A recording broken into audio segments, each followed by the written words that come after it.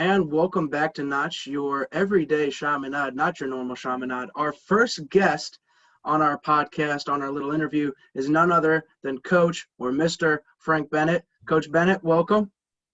How are you doing, man? Very well, very well. Good. It's good to have you here. Yeah, thank you for having me. Thanks for joining us, Coach. Yes, sir. Of course, in a little introduction, my name's Tristen and Over on the other side of the screen is Mr. Rob Grumick.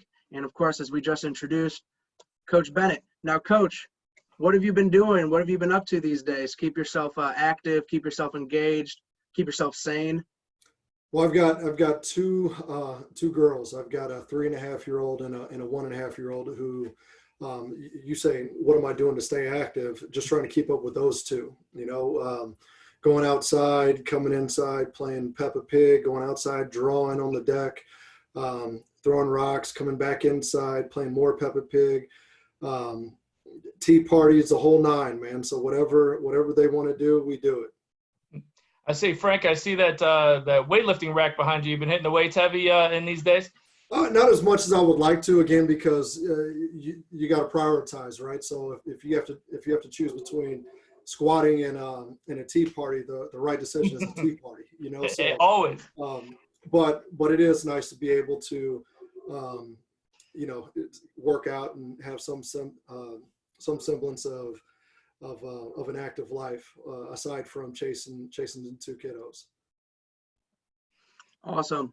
And I think we're going to go right underway for the first topic to be covered.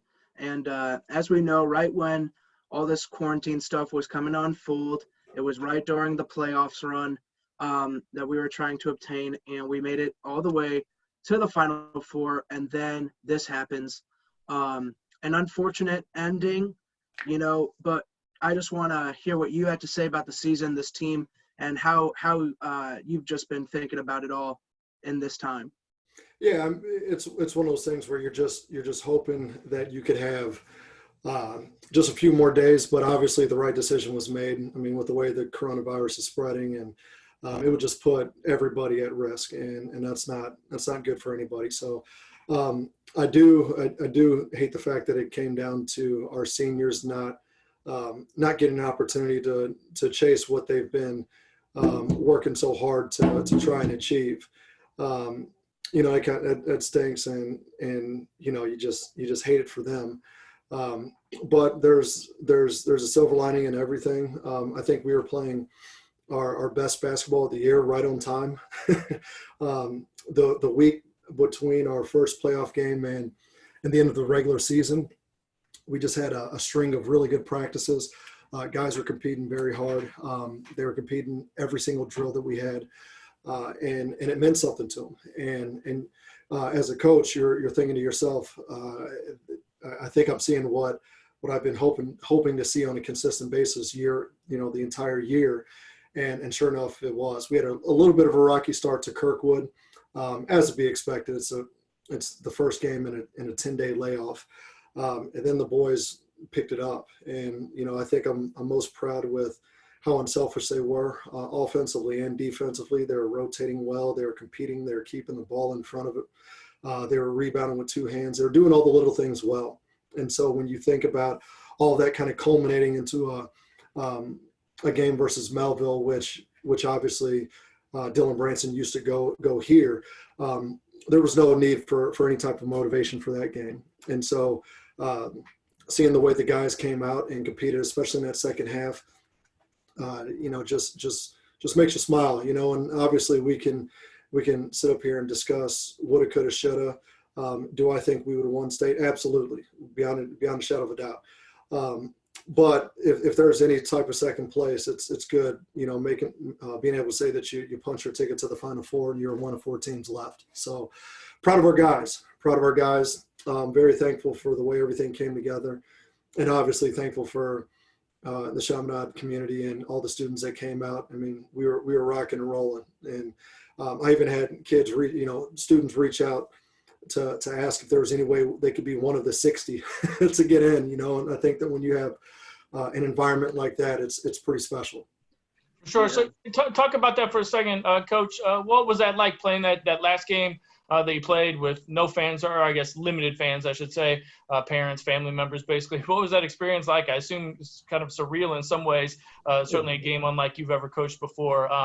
After the game got going, was it kind of just normal, or did it seem really strange to you? What was it like for you and or the players? So once the ball went up for the initial tip, you forget about everything. It's all in between the lines at that point. But there were a couple instances where, you felt the numbers. One was when Harrison got fouled in the second half and he was shooting 2 free throws, and the gym was absolutely quiet. It was like he literally was the only person in the gym, and I remember just looking over my shoulder and talking to a couple of the coaches, and I was like, man, I've never experienced that before ever in a real game. The other was obviously the people that could only attend the game were essentially parents. And so our parents were nuts. They were going crazy. Every single big play, they're standing up cheering. When Damian Mayo drove down the middle and hammered one right on top of somebody, his dad run. It reminded me of the old and one mixtapes. If you're a basketball junkie, it's fans running all on the court and stuff. So Mayo's dad was taking his hat off, going nuts on the court. At one point, Luke's dad actually, he was sitting up high and he actually sprinted down the stairs, ran across the sideline, and started the wave. Mid-game started the wave, and so our parents are standing up, a full-fledged wave in the gym with 30, 40 parents.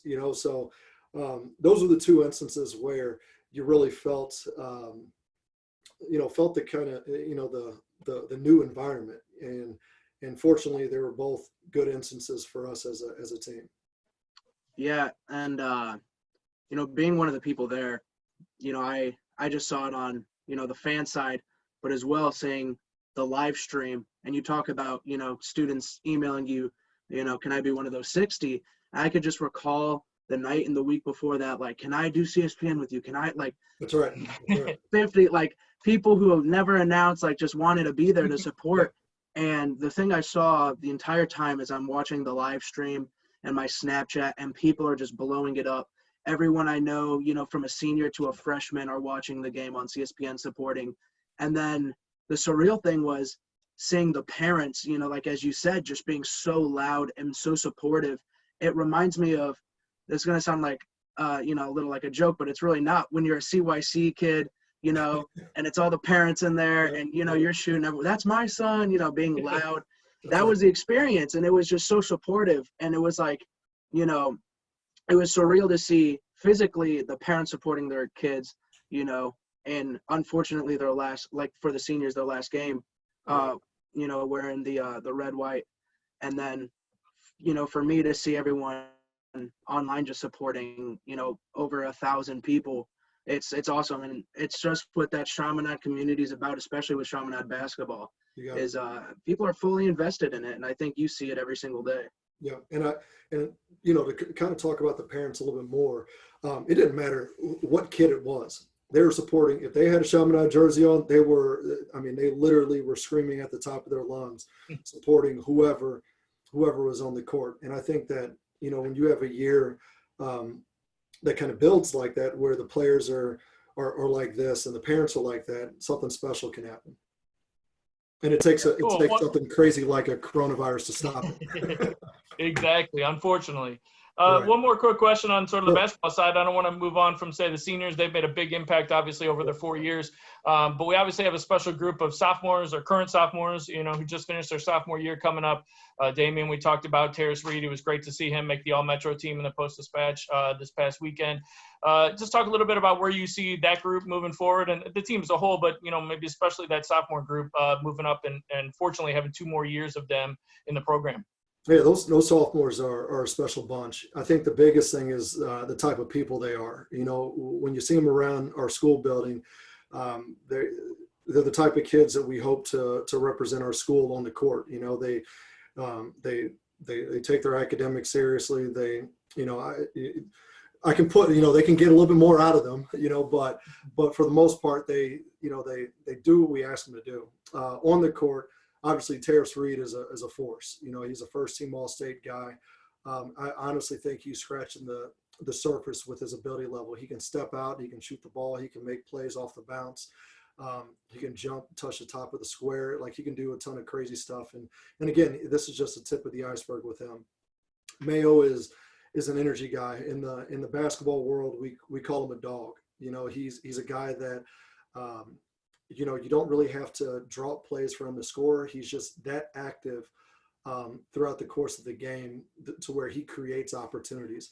And then he brings a certain level of toughness to the team as well, because he always guards the other team's best offensive player. And to have the ability to do that both offensively and defensively is huge. And then his energy is contagious. So the things that he brings to the table it affects the next guy in a positive way. And then you trickle down from those two guys. You have the Strouder twins, Nate and Walt, that, both of them are scrappy. They're edgier kids. Nate's a really good shooter. He's crafty off the bounce. Walt is sneaky athletic. There's a game against, I believe, Althoff Catholic, where we actually got a technical foul because of Walt. He caught the ball in transition, took a couple bounces, went up, and then dunked on a kid. Then our bench just went nuts. They're running all over the place, and the ref looks at me. He's like, "I got to tee him up," and I just look back and I'm like, "Yeah, you do." I'm not mad at it. So you got those guys, and then you got some added toughness with a Jimmy Lansing, who obviously plays football, and he's a tough, hard-nosed kid. And the minute competition starts, he's all about winning. So you got a kid like that's pulling into the mix.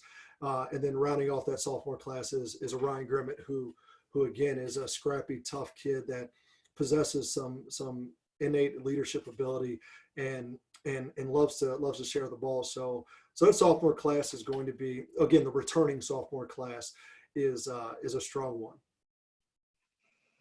Cool. Awesome. And, we're talking about basketball, so we're going to stay on topic for this a little bit, but we're going to transition into something that I've been looking forward to, and I'm sure you have been Yes. too. As we all know, not only has high school sports been on hold, but everything from college to the NBA, everything put on hold. And as a Laker fan, it hurt. We're doing real well. But one thing to look forward to, basketball fans, is the Jordan documentary got moved up. And so I wanted, both of you, I'm sure you grew up in that era. I have no clue about it. How you're feeling towards this of 10 hours where you're in quarantine, you got nothing better to do, where you can watch 10 hours of Jordan and the Bulls. And then after that, we're going to go over some Mount Rushmore, your Mount Rushmore of the NBA.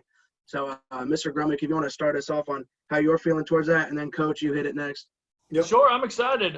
Certainly without an NBA team here, when I was a kid, certainly I followed the NBA, but I wasn't, hardcore. I played a little basketball when I was a kid, but nothing certainly to the level that Coach did or anything like that. But yeah, I'm super excited. I'm a documentary fan lover, so I like to watch a documentary on almost anything. It could be a documentary about cheese or something, and I'd like it. So I'm excited. I was excited to hear they moved it up. I think, is it April 18th? Does anybody remember? I think it's April 18th, somewhere right around there. It's They're going to start and I think roll out 2 episodes a night. 19th, 2 episodes a night for is it each Wednesday? I think 2 episodes back to back for 5 weeks, I guess. So yeah, I'm looking forward to it. Yeah, that was my youth was Jordan starring and dominating the league, and then his sort of strange step aside to play minor league baseball, and then back in and redominating. So I think there's some interesting storylines there for sure. Absolutely. Tristen, I have to tell you, you're obviously talking to a basketball junkie, and you could probably tell I went and just picked up a few things. I know what those are. So first of all, I don't think students really know what these things are anymore. They're actually called DVDs. Before we streamed stuff, this is how we actually watched movies and whatnot. But I don't know if you could see this, but that is actually an original Dream Team basketball game. So at the house, you know, when the kiddos are asleep and my wife's asleep, you know, I'll pop in some of these, you know, all the games and watch, you know, Charles Barkley, who was actually the leading scorer of the Dream Team, which I know you know. But that's how I've been getting my fix. And then when I saw on Twitter that ESPN bumped up the release date, I promise you I was on my knees thanking God, because that was actually a prayer of mine. Like, come on, God, give us something that we can actually veg out on a little bit, because I promise you I've seen you know, Netflix is dry on our end. So I'm excited. You know, I do believe Michael Jordan is the best to ever play the game. Obviously, there's a ton of arguments about that. But I grew up laying on my family room floor watching WGN, which was Chicago's channel. And there were certain days out the week where they'd be the only NBA game on TV. So I'm geeked up, man. I can't wait to watch it. And it'll be one of those things where, you know, someone will probably have to throw something at me to get my attention off the TV. which my girls will do. The tea party. Oh, yeah, that's right. Right, you might have a tea party date that night. You might not be able to watch it. Well, thank goodness we can pause it. You know, so I need that. Yeah, absolutely. And yeah, for me, I think this is awesome. Just for the basketball community, sports community in general, because one, a lot of, you know, the people, everyone at Chaminade, every student at Chaminade has never seen a game of Michael Jordan in their lives live or anything like that. So I think to have a whole documentary where you see, like, this guy was legit, like this is Mike, like this is MJ, and you know, as a basketball fanatic myself, you know, watching everything, you know, doing my research, reading the books, but I've looked forward to this one for so long, and I'm so happy it's coming. I was watching, you bring up Dream Team. I'm on Instagram yesterday, and this account posts a video of a practice scrimmage, and they're interviewing like Chris Mullin, they're interviewing Magic, Jordan, and it's Magic just getting pissed off because Jordan is just destroying him. And, you know, Magic's like, no, run it back. And Bird's over in the corner like, Magic, it's over. This is his time now. We're done. Yeah, We're right. done. That's And right. I think he took over. Yeah, and I think this is going to be awesome, you know, for people at home to just get to see what it was really like back in the day. So riding on this train, I think we're going to transition right into our basketball, Mount Rushmore. So we're going to go in order, round the horn of our top 4 Mount Rushmore basketball players of all time. So, Mr. Gromick, if you want to start with your number 1 choice. Ooh, putting the pressure on me right off the bat. I would go again with Jordan. I'd say, I know there's the debate with LeBron these days and even Kobe and such, but I'd have to go with Jordan, LeBron, Kobe. I don't know who my 4th would be. I want to try and pick sort of a different, maybe go back in time a little bit. You know, watched a little Bill Russell back in the day. He could hoop. Wilt could hoop a little bit, but yeah, I might say one of those guys as my 4th. I don't know if I know the details in terms of, you know, as deep as say you or even Coach does in terms of somebody's defensive ability versus their offensive ability and well-rounded in general. But I'd go with those three sort of relatively modern guys and maybe a little throwback guy like that. I can respect that. So, Tristen, we're doing top 4. Is that correct? Yep, 4 on Mount Rushmore. Oh, man. So I would say, obviously, Jordan is my number 1. Then I think I like competitive guys. I like guys that as soon as they walk in between the lines, they're trying to take the entire, I'm talking about team, city, coaching staff, like take the whole city out. You know, so they have to be like 80s and 90s guys. But there's one exception, and I can't believe I'm about to say this because you and I have been at odds about this guy. I have a tremendous amount of respect for the Mamba, man. I do, and I've rooted against him for so long. But when you just look at how he turned things around both personally and then people don't realize how big of a giver he was after his NBA career. I've just grown to be a fan of him. And then when what he's done during his career speaks for itself. I would put him at number 2. Number 3, man, I would venture to say number 3 would be Mr. Bird himself. I think that he's an edgier guy, not the most athletic, which makes the things that he was doing out there just kind of cold-blooded, like we would say. It was just fun watching him. I think there's a story of him against the Atlanta Celtics back with Dominique Wilkins, and I think he hung like 60 plus on them, and he told the guy guarding him that he was going to hit a fadeaway 3 and fall on his bench, and sure enough, he did. This week, you can go play Uno. Absolutely. See, even my daughter wants to play Uno. I love it. It's all right. Fumble, pick it up. And I think, and Mr. Gromick, I think you're right in that you have to kind of give that fourth spot to like one of the pillars of the game. So I would say that one is from a personal favorite. I just think that how Kareem was. I mean, he was just a winner, man. I mean, he had one of the most unguardable shots in the hook shot, and you just watch, you hear stories about him at UCLA and what he did there. And I mean, just winning 3 national championships. And I mean, come on, man, he's the best college player to ever play the game. I think I know you probably saw that Sports Center poll that said Jordan was. I disagree. I agree too. I think it's Kareem. Yeah, most definitely. So I think you can put him as a 4th, and I think that obviously the list is, arguable, but that's just my personal take. How about you, Tristen? Both very solid lists. I'm homegrown LA Laker boy. Yep. So my number 1, of course, the Black Mamba, Kobe Bean Bryant. Because he's the Jordan for me. You guys both bring up your Jordan. This is my Mount Rushmore. I grew up on Kobe. That's all I knew. From posters to books to shoes to watching the games to having a notebook and a pen, writing down every single shot he took, where he shot it, how many shots he took. I was Kobe all the way forever. That's my guy, number 1. Just the most competitive, killer I've ever seen on a basketball court. And it's inspiring to watch it too. Because and you read the stories of how players would especially recently after his passing, these players are recalling all the times that they played against him. And it was one Carmelo Anthony when Kobe's talking trash and everything, and Melo's like, who is this guy? And Kobe's like, you've earned my respect. And Melo's like, I don't need your respect earned. And then Kobe dropped 61 on the Nuggets, eliminated them from the playoffs. Respect was earned from everybody. And, someone like that, he gets everyone's respect. I think that's my number 1.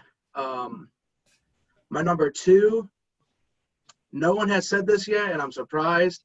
LeBron, I know how you feel. You did have it. Yeah, he was one of my 3s. That was right. Come on. Hold on. Passing out over there. Coach. Come on, man. I'm sorry you were an old head, but sorry. And a bald head. But what I'm trying to say is this man has done things nobody has ever seen do before. He has gone and dominated games like nobody's business. Like that one in a lifetime type player. And just his freak athleticism, it's unmatched. His athleticism, I think, tops MJ's. Hot take. Then we're just talking about, I'm watching him this season, passing ability, because everyone knows him as the scorer, the guy who will make the basket when it counts. He leads the league in assists right now. Come on now. He passed Kobe in scoring. He could have the potential to pass Malone. He has the potential to pass Kareem. This man's the real deal. Real deal Holyfield. This guy's the man. My number 3, I've got to go Kareem. Kareem, number 1 all-time scoring, top 10 all-time rebounding. He's just untouchable, Laker legend, I think when people bring up the GOAT, he's never mentioned, which is a shocker to me because he really changed the game. And then I'm noticing a trend here, Tristen. You got all Laker guys, at least part of their career, right? So is number 4 going to be the same? Thank you, Mr. Grumman. Absolutely. I mean, it's not hard to do when the best players of all time are on the Lakers. That's not my fault. You know what I'm saying? So my number 4 would either have to be Irvin Magic Johnson, or it would have to go to Shaquille O'Neal. And I think for Magic, his case, I mean, a 6'9" point guard who could play every position, who could dominate from the down low with the baby hook, who could dominate from outside, and the passing ability is unbelievable. You know, NBA TV lately has been putting up the Hardwood Classic games, and I was watching, you know, him against the Sixers where he, you know, wins MVP, Kareem's out. The man was yeah. Come on, Mr. Huatma. Come on now. He's the real deal. Magic is – it's just – when you watch him, it's like you're watching someone from the 2010s with the flashiness, you know, the charisma, you know, the swagger he played with is amazing. And then I believe the most dominating player of all time, Shaquille O'Neal, you know, in his prime, David Robinson couldn't touch him. Hakeem couldn't touch him. You know, he'd give you 60 and 20, and it was like – and Kobe would still have a 30-piece. So it was not even fair. So and Shaq will be shooting 30% from the free throw line and still give you 60. Exactly. 60. Exactly. It's just to make it worse, you know, make matters worse. So Tristen, I just wanted to say one quick thing. My list is comprised of guys that are done playing. So that's why I don't have LeBron James in there. And there's a part of me that doesn't quite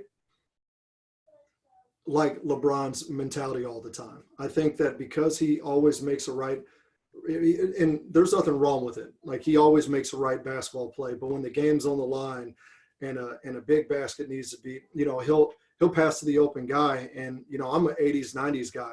I want someone to end it, man. I want someone to go get a basket.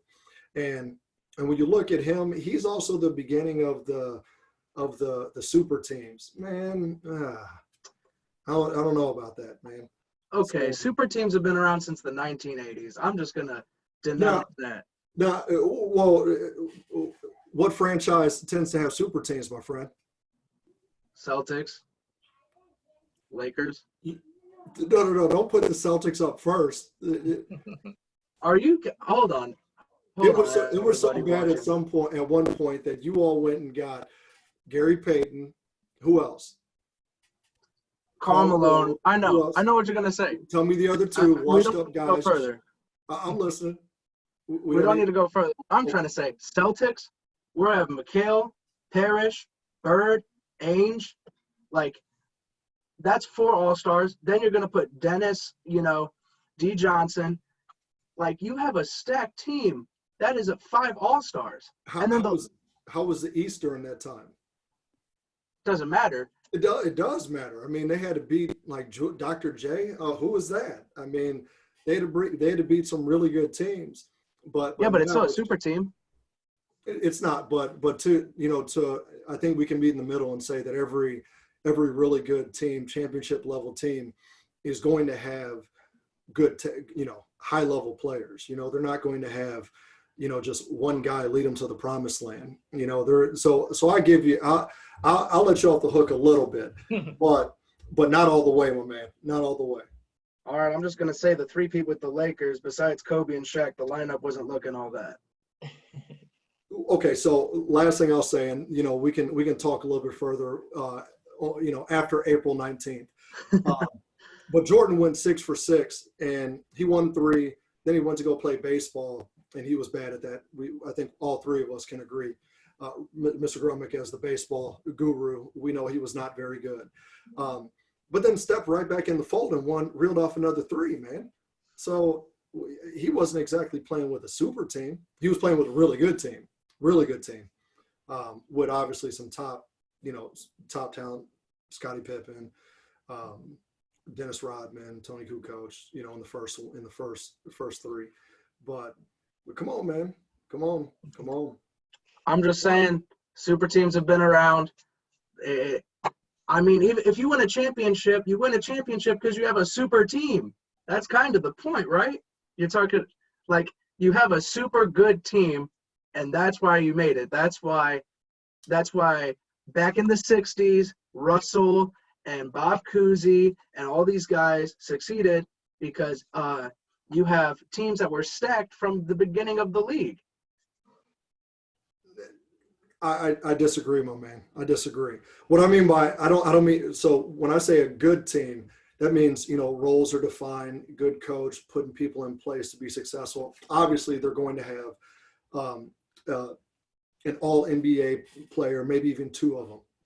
What I'm disagreeing with is like what the Celtics did, with Kevin Garnett, Ray Allen, and Paul Pierce. Paul Pierce was a Celtics lifer. Kevin Garnett, he was a loser until he got to Boston. Number one seed that got knocked out by a subpar team, by the way. He was a loser. But then you look at some of the other teams, and a lot of them don that gold and purple, my friend, where they came together and it didn't exactly work. So again, I'm an 80s, 90s guy. Where the New York Knicks had to try and find a way to beat Chicago Bulls. New York, that's a team that could have won a championship if Chicago wasn't there. You look at the likes of like a Detroit Pistons in the late 80s. That's a team that they had to ascend to the top. They didn't acquiesce to the top. They didn't do that. So the only thing I will agree with you as far as the Lakers regime is the fact that the Kobe nines are one of my top 5 shoes of all time. That's probably as close as you and I will come, man. That's true. We agree to disagree on pretty much everything, but that is one that we can full-heartedly agree on is the Kobe 9. Yes. People will tell you, real hoopers will tell you that is the best hooping shoe they've ever played in. I have heard that firsthand. Yes. So one more thing to kind of maybe bring us back to Chaminade a little bit, but also stay on this NBA conversation. Obviously have 2 great Chaminade alums in the NBA right now. You had the good fortune to coach and be involved with Jayson when he was a Chaminade. What's maybe kind of a behind-the-scenes story or something that, maybe the general public doesn't know from Jayson's time at Chaminade? Not some secret I'm asking to reveal or anything, but what was, it was a crazy time, I assume, for you being a new coach, having this sort of maybe potentially once-in-a-lifetime player play for you, who there was a lot of hoopla, big crowds, fans following him and the whole squad in general. What's kind of maybe an off-the-beaten-path little anecdote, a story, something that you take away and you remember from that time? Yeah, I'll give you one funny one and one that kind of sums up where he's at. The hard work pays off, and the cool thing about him was he was in the gym 5 a.m., 5:30 a.m. on days where we had practices and games, and then on days where we had practices, he would stick around and also go get some more work. So I've never seen a player work that hard. I think it literally was him, Brad Beal, and then like Luka Suki is right up there too, as guys that, they just have this will to work. And so that's one thing that was kind of behind the scenes that a lot of people didn't witness was that Jayson worked his tail off. I mean, he really worked at his craft. And then I think, Tristen, you might have seen the little social media promo that kind of shows Kobe doing a certain fadeaway, and then they immediately cut to Jayson doing the same exact move. He studied Kobe.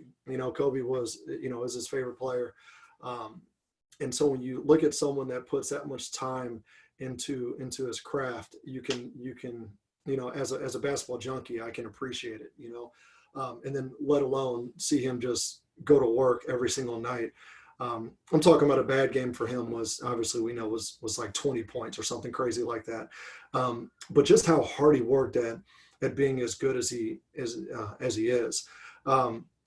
The funny story, and I still don't get it to this day, is he doesn't like cheese. I've never met anybody in my life that doesn't like cheese. He likes Provel, but that's it.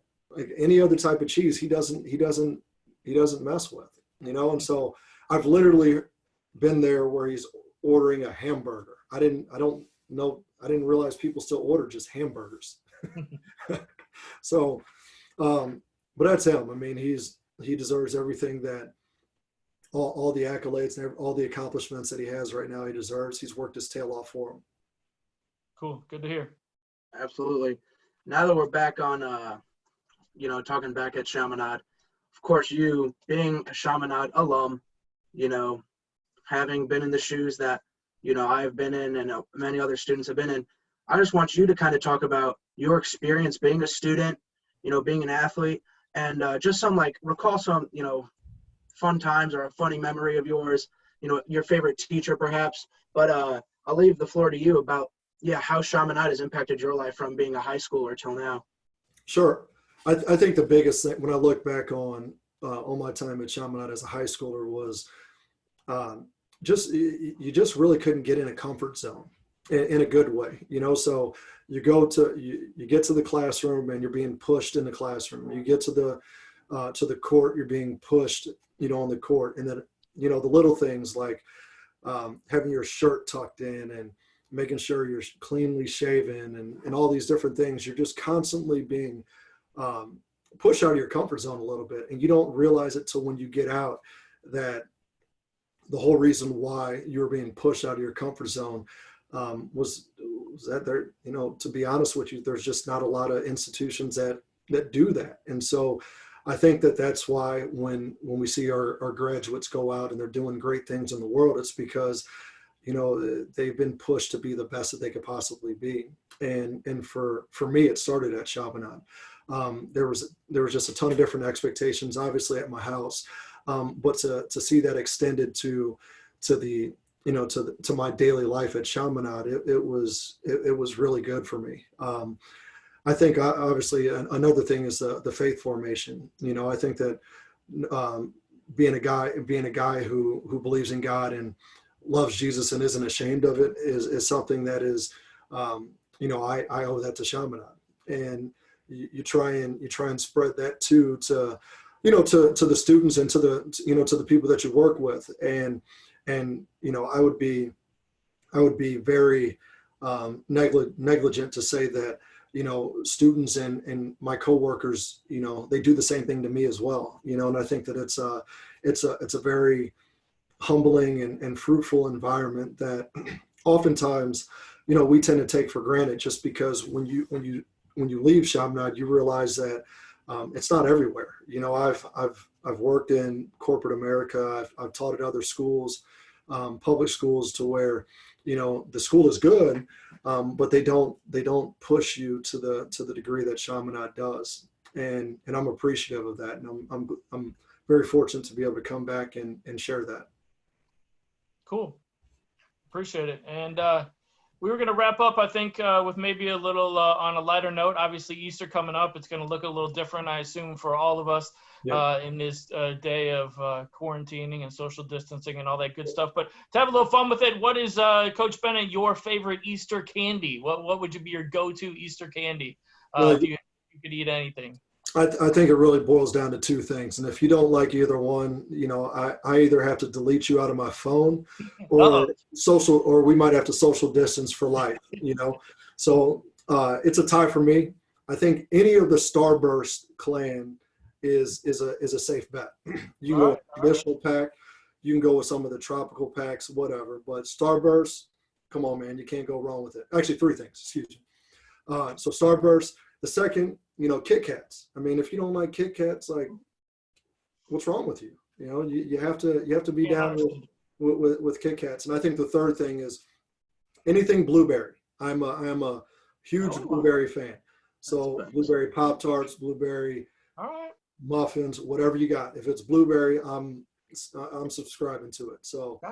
But if someone doesn't like one of those three things, I don't know if you can trust them all the way. I don't know if you can trust them. So how about you? I'm with you. Well, I think I'm safe. Yeah, I'm down for all those things. I'd probably go for the Reese's eggs. Classic. That's a big one for me. But yeah, I'm down with everything on your list too.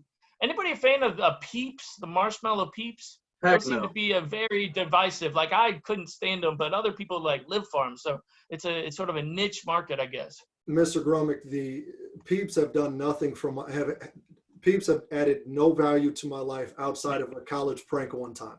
No. That was it. That might be all they're good for. Exactly. That's it, man. That's it. How Tristan, about you, Tristen? Yeah, I'd go the Reese. If we're talking Easter, the Reese's eggs or the Reese's bunnies, undefeated. I think Reese's are the best chocolate in the game. They've been doing it for quite some time, never have disappointed. But yeah, Peeps are nothing. They're good to nobody except maybe if you want to put them as like packing peanuts. That would be a good use. To eat, I would rather eat styrofoam probably, if it came down to it. Yeah, but I'd also have to go with Starburst. That was a top tier choice. I can't believe we just agreed on something. That's rare, but I think we can agree on that. That's what our podcast does here is bring people together. Exactly. There it is. In all kinds of ways. Absolutely. All kinds of ways. Awesome. Well, Tristen, anything else to add from your end? Yeah, just one quick thing. We're on the topic of Easter, and of course this is going to be a different time, but myself and I'm sure the two gentlemen with me today would advise you to, in some way, do something with your family, find some way to pray, find some way, to really honor and use this time of reference, because as a Catholic, this is a real time in our faith where we really need to acknowledge, what Christ did to show how much he loves us.